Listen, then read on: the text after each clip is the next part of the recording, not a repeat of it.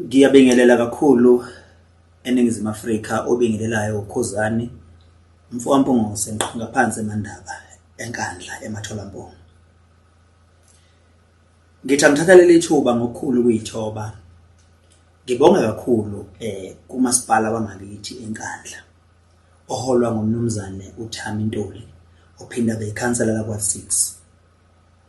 Ngidlulisa ukubonga kulona lonke ithimba likamasipala, ama-officials, i-manager, umfokajili, amakhansela wonke abumbe iNkandla municipality, amakhosi, zinduna zamakhosi, our ward committee, yibo bonke abantu ababhekelele ukuthuthuka nokunethezeka kweNkandla.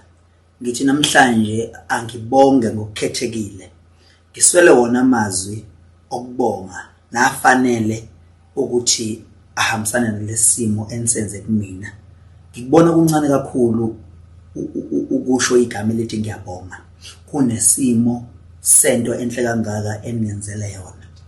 Ngithi nanoma yinini nize niqhubeke njalo nokuhlomulisa labo abenza kahle, nibaveze nisho ukuthi nani niyabonga niyanconcoza ngoba ukuphakama kwegama kaKhuzani kusho ukuphakama kweNkandla yonke jikelele. Ngifisa ukubonga kakhulu ke nakubalandeli bonke beBlue Nation ngoba lolu hamba luhambe ngingedwa, ngiluhamba nabo njengoba nazo ukuthi konke lapho engisuka ngiqokwe khona ngiyanqoba ngenxa yabo. Ngifisa ukubonga ke nakubona ukuthi namhlanje lolu dumo olungaka eselihlonzwe laphakanyiswa umasipala wangakithi eNkandla akulona lukaKhuzani kuphela kodwa ulwethu sonke maBlue Nation, izinduna zonke zakwaGuqa, izinduna zama-sub branch, izinduna zama-main branch, kubona bonke abantu abangama-leaders baleli qembu lakwaGuqa. Ngibonga insizwa engisebenza nazo ngokusebenza ngokubambisana, ngiyabonga kushona ilanga.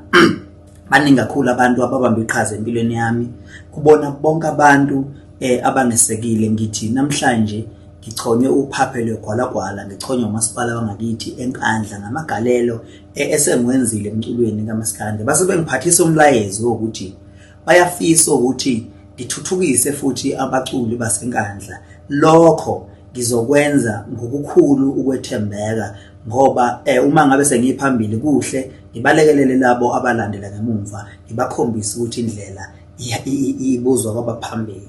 Ngithi mphemba nabo bonke abantu abangamele iNkandla municipality. Ngithi namhlanje ngokukhulu ukuyithoba ngiyabonga kunina nonke eniwenze kumina, uNkulunkulu azabe nani. Ngiyabonga.